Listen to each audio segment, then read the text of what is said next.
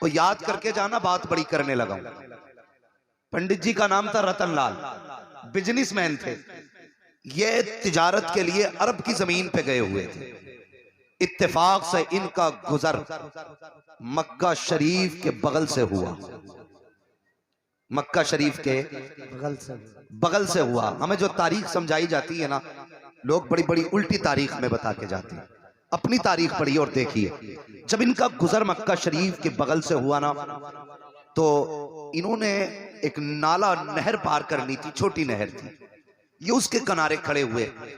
नहर के पार करने का इरादा था कि इनकी निगाह एक छोटे बच्चे पे पड़ी, लेकिन वो बच्चा कद में छोटा था, जात में बड़ा था। सुभान अल्लाह। अगर समझ गए तो बोले सुभान अल्लाह।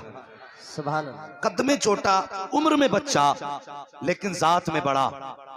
ये करीब गए, कहने लगे बच्चे कैसे खड़े हो। उस खड़े होने वाले ने कहा कि मुझे ये नहर पार करनी है। तो उन्होंने कहा लाओ मैं तुम्हें कांधे पे बैठा दूं।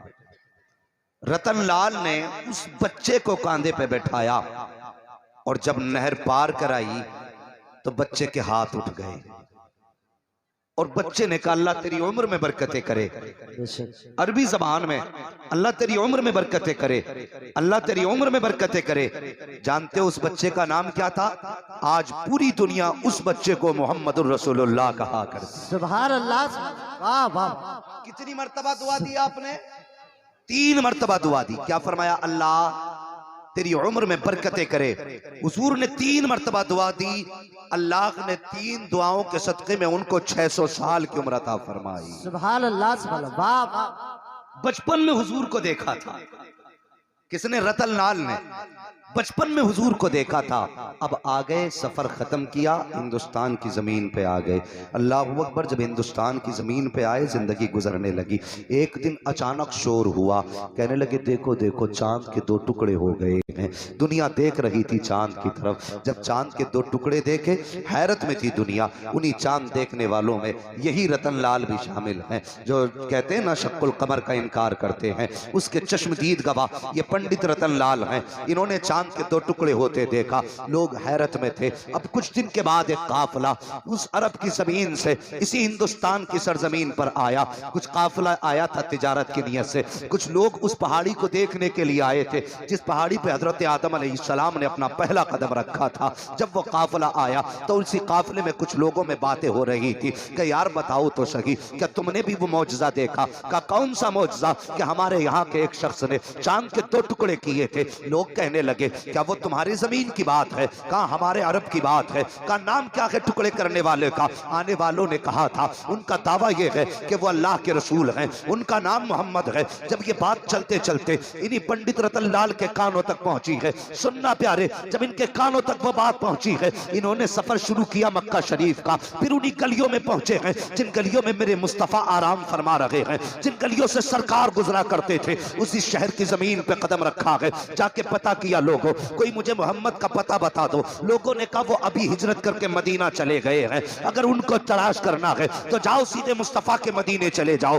यही पंडित रतनलाल है, यहाँ मक्के से सफर किया है, मुस्तफा के मदीना पहुंच गए हैं, जाके हुजूर की खिदमत में हाजिर हुए हैं। अब जरा मुस्तफा की शान मुलाहिजा करो। जैसे हुजूर की खिदमत में हाजिर हुए हैं, आका करीम देख के मुस्कुरा रहे हैं, फरमा रहे हैं पंडित जी क्या तुमने मुझे पहचाना कि नहीं पहचाना? कभी नहीं पहचाना। आप कहते हैं याद है वो नहर जो कांधे पे तुमने बैठ के मुझे पार कराई थी? क्या तुम्हें वो सफर याद है जो मैंने तुम्हारे कांधे पे बैठ के किया था? क्या बताओ तो सही, आज तक वो चेहरा याद है? मुस्तफा फरमाते हैं ये तो बरसों की बात है, अगर सदियां भी गुजर जाएंगी, खुदा ने आमिना के लाल को वो शान अता की है। जब जमाना भूल जाएगा तो मुस्तफा जाने रहमत कहते हैं, तब भी आमिना का लाल अपनी नजरों से पहचानता नजर आए। ये मेरे हुजूर की जात है। कुछ दिन गुजारे, कलमा पढ़ा और हिंदुस्तान फिर वापस तशरीफ ले। ये हिंदुस्तान का पहला मुसलमान है जिसने हुजूर के हाथ में कलमा पढ़ा। ये तारीख है हमारे हिंदुस्तान की। आज हैरत है, हमने अपनी शान भुला दी मुसलमानों। हम अपने आप को भूल बैठे, हम क्या है। कभी अपने आप को पहचानो।